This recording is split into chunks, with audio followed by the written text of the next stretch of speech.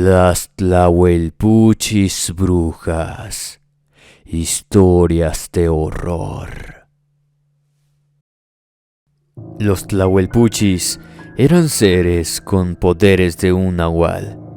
Esto es, la capacidad de tomar alguna forma de cualquier animal, perros, gatos y especialmente aves. Por lo general, guajolotes o sopilotes, o en una nube de tenue vapor. Particularmente se asocian con luciérnagas, y además también tenían la capacidad de convertirse en esferas de fuego o de escupir fuego también.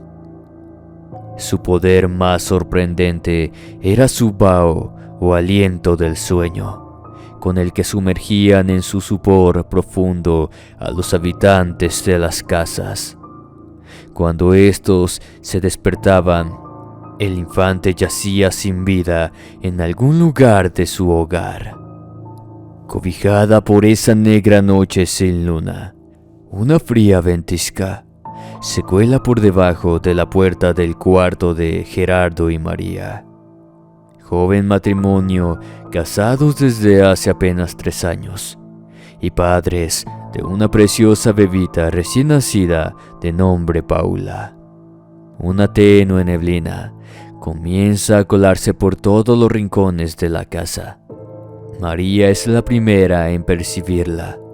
Un pesado sopor comienza a quererse apoderar de ella, pero el intenso frío le estremece. Recostada, se cubre con las cobijas hasta el cuello y permanece despierta unos minutos. La casa está por completo en silencio, demasiado silencio. Eso le llena de una calma momentánea. Sin embargo, experimenta un extraño temor. Tanta quietud no es normal.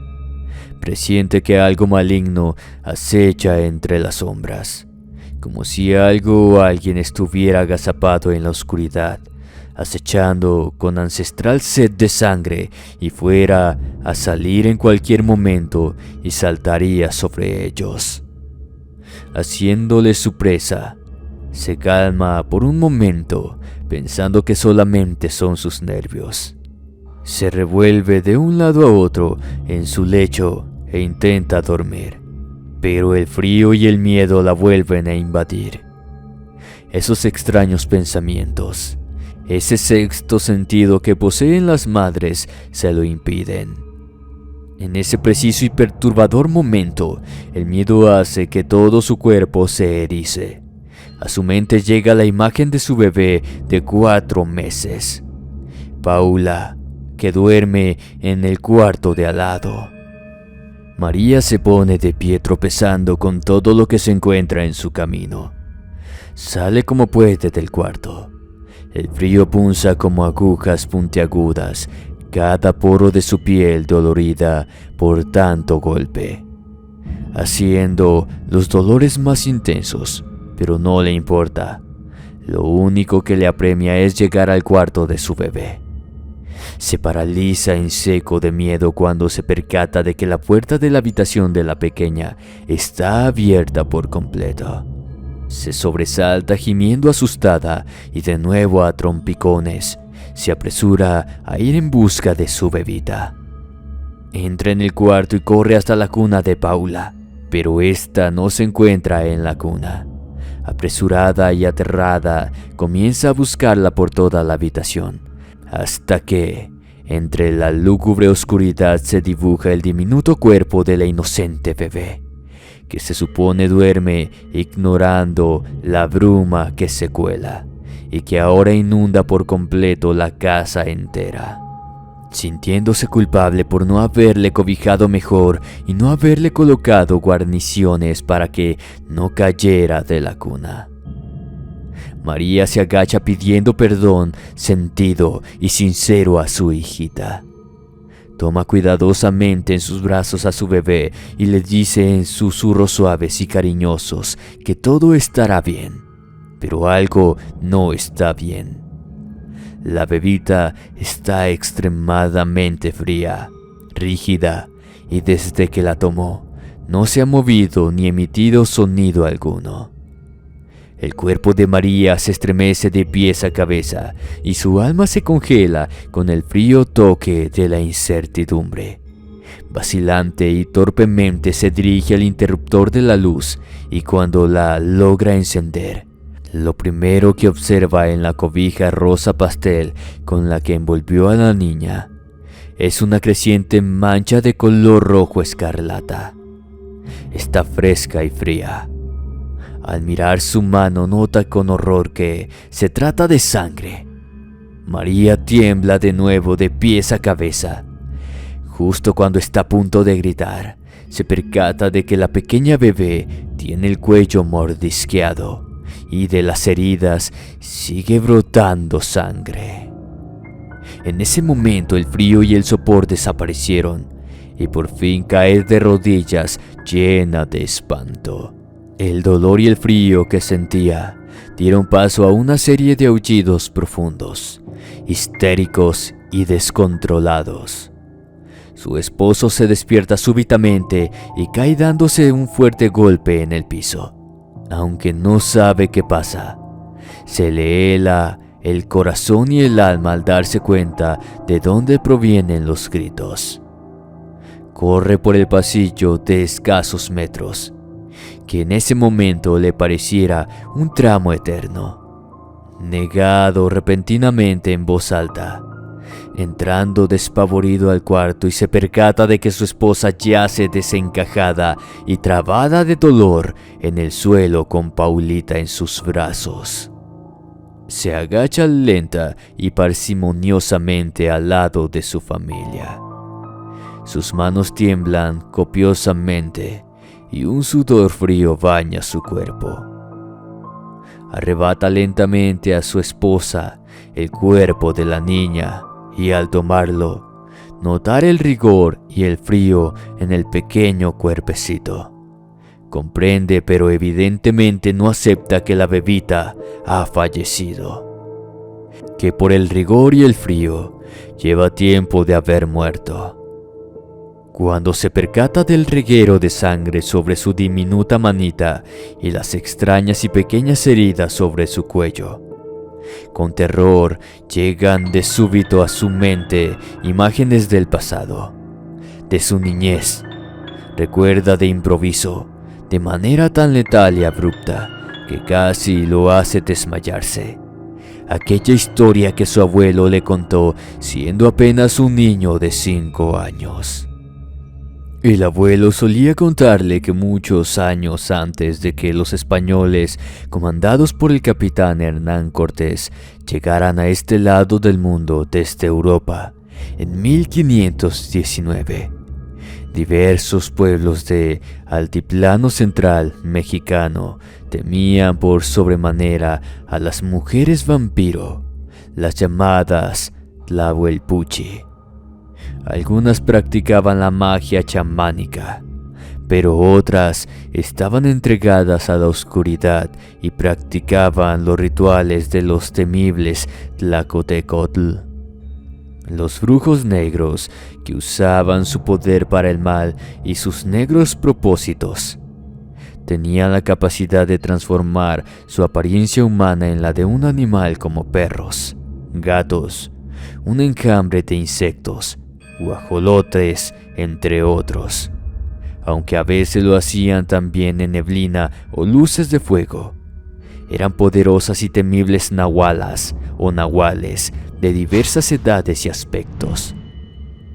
Las había jovencitas a partir de los 12 o 13 años, al igual que mujeres maduras y varias muy ancianas. Algunas eran realmente hermosas y otras realmente espantosas y aterradoras. Su ancestral de sangre era tal que cada mes tenían que beber de 3 a 4 veces al día para apagar su sed, debido a que su señor Tezcatlipoca también era adicto a los sacrificios de sangre y era quien les brindaba su gran poder. Un infante indefenso y dormido en su cuna era la víctima predilecta, preferían los bebés que rondaban los 10 meses de edad.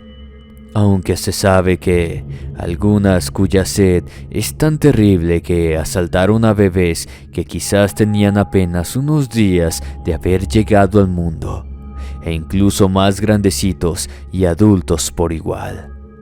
Entonces se convertían en neblina, y así penetraban en las casas de las familias por los resquicios de las ventanas o de las puertas. Como dije, sus preferidos eran los bebés, los cuales gozaban de excelente salud y mejillas sonrojadas que delataban un diminuto pero activo torrente sanguíneo. Esperaban a la medianoche para salir de sus cuevas o chozas en medio del bosque y se lanzaban por sus víctimas, anunciando su llegada con una luz que bailaba en los cielos, surcando la oscuridad de las noches lluviosas o sin luna. Surgían lenta y rítmicamente de detrás de los cerros, en una danza macabra que presagiaba la muerte. Al entrar en las casas, se dirigían hacia donde el infante dormía. Cuando estaban al pie de la cama o de la cuna en la que los bebés dormían, recuperaban su forma humana. Se acercaban al infante para localizar el mayor flujo de sangre. Olían al infante durante algunos segundos. Abrían sus fauces dejando ver su lengua larga y fina como aguja y procedían a chuparles hasta la última gota de sangre. Las Tlahuelpuchi casi siempre bebían con tanta ansiedad que los bebés morían a los pocos minutos. Una vez que culminaban, aguardaban un poco, agazapadas en las tinieblas de la casa, como observando su macabra obra, antes de salir volando discreta y silenciosamente rumbo al bosque bajo la forma de un manto de niebla o en forma de aves, haciendo un gran escándalo y gorgojeando como si celebraran su infame y profano festín. Cuando los españoles se enteraron de estas historias, sintieron tanto horror como con aquella leyenda de la Llorona o el tema de los sacrificios humanos. Se dieron cuenta que los pueblos con los que acababan de contactar estaban llenos de relatos oscuros y aterradores, además de costumbres malsanas, como honrar a los muertos mediante ofrendas. Se desconoce de dónde provienen estas perversas mujeres o qué maldición les dio la capacidad de cometer aquellos terribles actos. La única certeza era que cuando las Tlahuelpuchis tenían su primera regla, era en ese momento cuando su sed de sangre se despertaba para acompañarlas el resto de sus vidas. Cuando sus familias se percataban de que una de las hijas era una mujer vampiro, en ese momento la expulsaban de la familia. No intentaban matarla, pues la maldición dicta que quien mate a una Tlahuelpuchi quedará condenado por la eternidad a tomar su lugar. Solamente hay una forma de acabar con una bruja Tlahuelpuchi. Esto es hacer que la sorprenda la mañana. Ellas se fragmentan de partes de su cuerpo para entrar en el cuerpo del animal que van a poseer. Una vez quitándoles las partes fragmentadas de su cuerpo, las escondes en un fogón indígena. El secreto era encontrar esas partes de su cuerpo y quemarlas minutos antes de la salida del sol. La bruja inmediatamente tratará de impedirlo, pues es vulnerable justo a esa hora, y es cuando se puede matarles, cortándoles en pedazos y quemarlas. Esa es la única manera real de hacerlo. Como parte de este mito se cuenta que algunas Tlahuelpuchis le quitaron la vida a miembros de su propia familia, los cuales descubrieron su infame secreto, por lo que huyeron a esconderse en lo profundo de los bosques el resto de sus vidas. Sin embargo, un número reducido de familias lograron acabar con algunas de ellas, inconscientes de que harían que la maldición pasara a la siguiente generación, condenándose, como dije, a sí mismos a continuar la línea de sangre y cometer los mismos actos que ellos condenaron.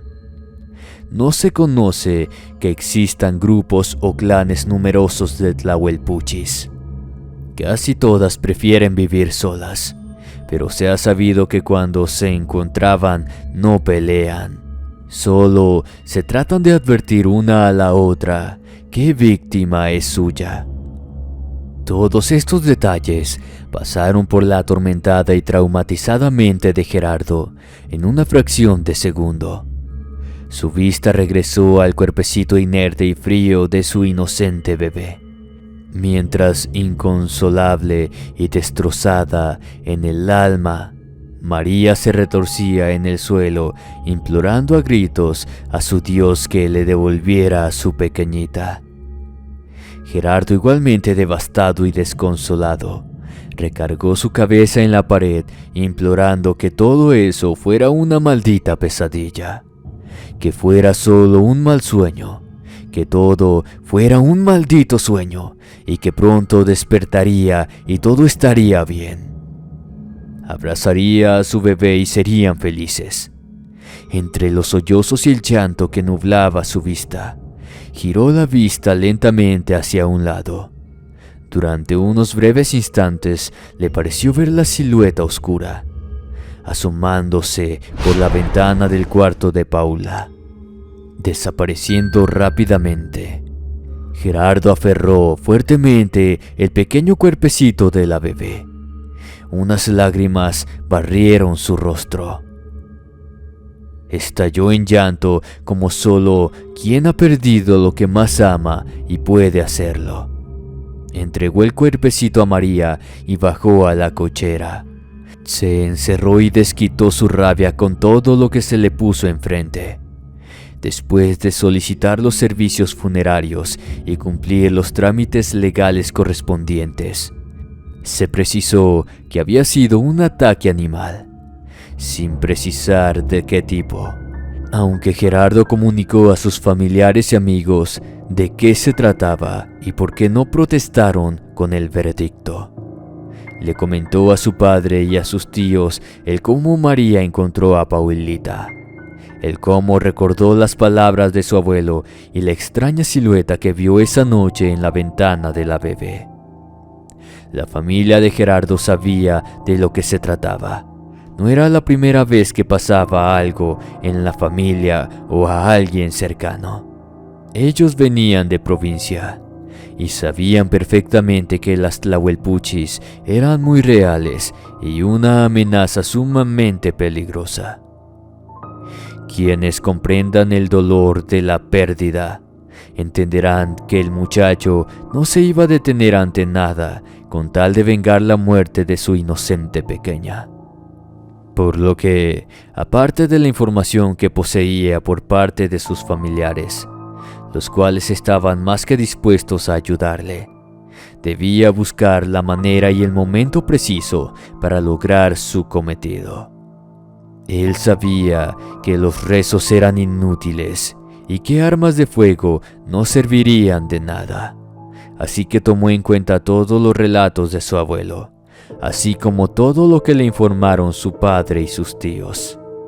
Se dispuso a salir todas las tardes después del trabajo a explorar en los lugares abandonados y más solitarios de la población.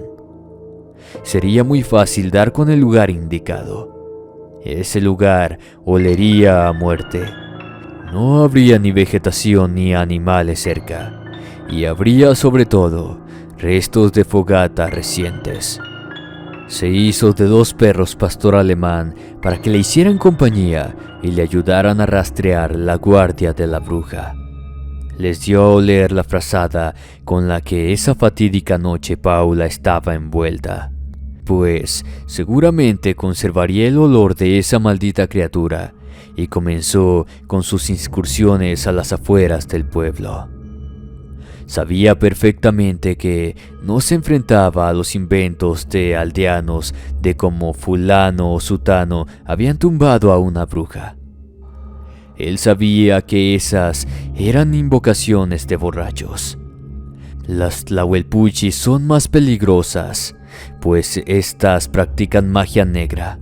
Aparte de sus poderes, no podía portar armas, debido a las torcidas leyes de nuestro país. Pero nada en el mundo le impedía tener una caja de herramientas muy completa y eficaz. Así se dirigió a un gran almacén del hogar para hacerse de picos, palas y hachas para leña, picos para escalar, estacas de todos tamaños, motosierras, lámparas y todo cuanto pensó le sería de utilidad. Bolsas de sal, gasolina, agua, semillas de mostaza, y equipó todo lo que utilizaría. Consiguió protecciones de plata para él y sus perros, pues la plata es un buen escudo contra la energía negativa y puede momentáneamente librarte de un ataque. E inició sus patrullajes por los rincones abandonados cercanos a la población. A veces el recuerdo de su bebé le partía nuevamente el alma, para después convertirse en rabia y alimentar el fuego de sus deseos de venganza. Le permitía estar lúcido y centrado en su objetivo. La primera noche no hubo éxito como era de esperarse. Caminó de regreso a casa. Se topó de frente con una ambulancia y la oscuridad le incitó a seguirle discretamente. Dio vuelta y se dispuso a hacerlo. Cuando se detuvo el servicio médico frente a una casa a las afueras del pueblo para asistir a un menor, lastimosamente, otro bebé al que fue imposible salvar, por lo que pudo escuchar, en las mismas condiciones que su hija Paula. Marcó en su mapa la dirección y se puso a contemplar. Estaba algo alejado de su casa, así que era pronto para especular. Pero debía haber algún patrón, una pista, algo que le acercara a su objetivo. Regresó rendido a casa. María estaba en cama. Llevaba días que casi no comía. Seguía destrozada por dentro, con la mirada perdida. Gerardo, a pesar del dolor, debía mantenerse en pie por ambos y le daba ánimos. Llamó a la madre de María para que le apoyase al cuidado de su esposa. Así la suegra llegó para acompañar a María, especialmente en las tardes que Gerardo salía de casa para seguir buscando a esa maldita bestia.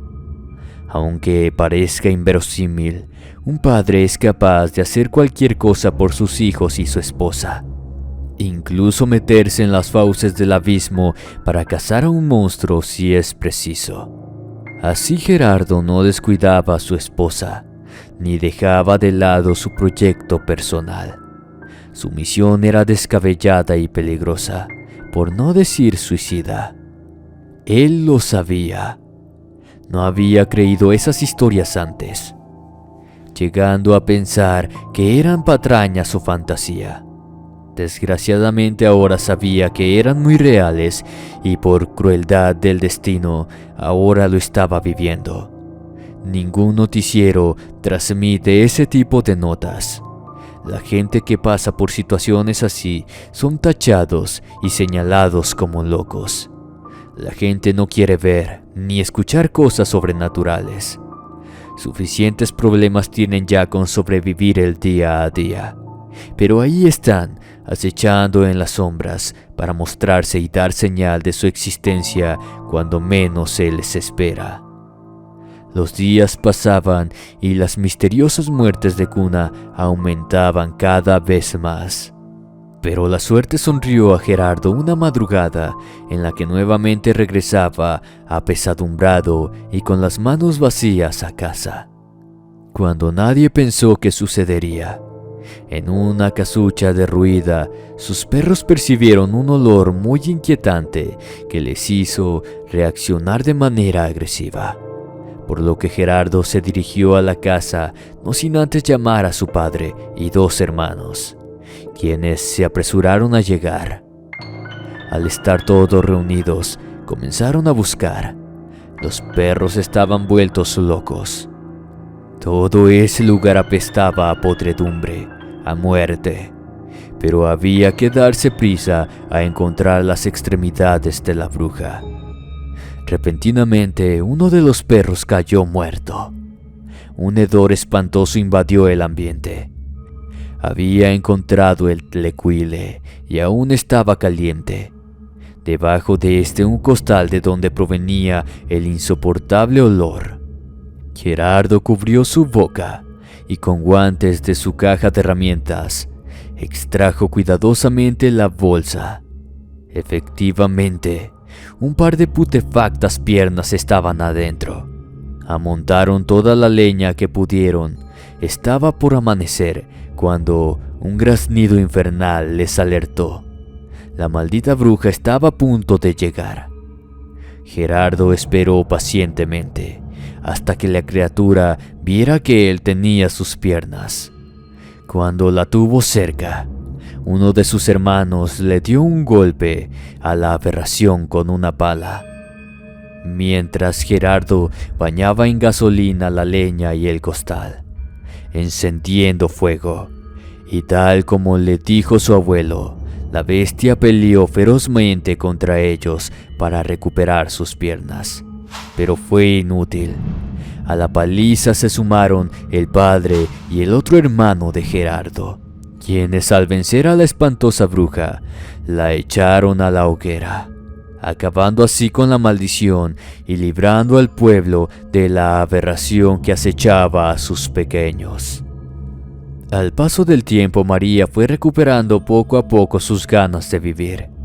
La suegra contó acerca de lo que valientemente su marido hacía por las noches, y al paso de un par de años, fueron bendecidos con otro bebé. Los que sentimos pasión por las historias, las leyendas y los hechos sobrenaturales, tenemos la fortuna de que México es una nación de tradiciones y leyendas orales fantásticas, las cuales quienes de verdad creemos en su existencia, les tomamos con sumo cariño y respeto. No existe una verdad absoluta, y lo que antes podría pensarse como imposible, con el tiempo se descubre ante nuestros ojos como una realidad. No se descarta ninguna posibilidad de que otras historias sean verdaderas, pero como dice el dicho popular, solo quien carga el costal sabe lo que lleva dentro. Saludos cordiales y buenas noches.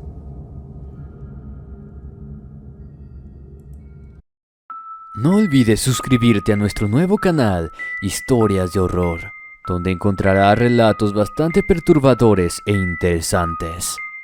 Si el video te gustó, recuerda dejar tu like y compartir con todos tus amigos. Me ayudarías bastante a seguir creando contenido de este tipo. Muchas gracias.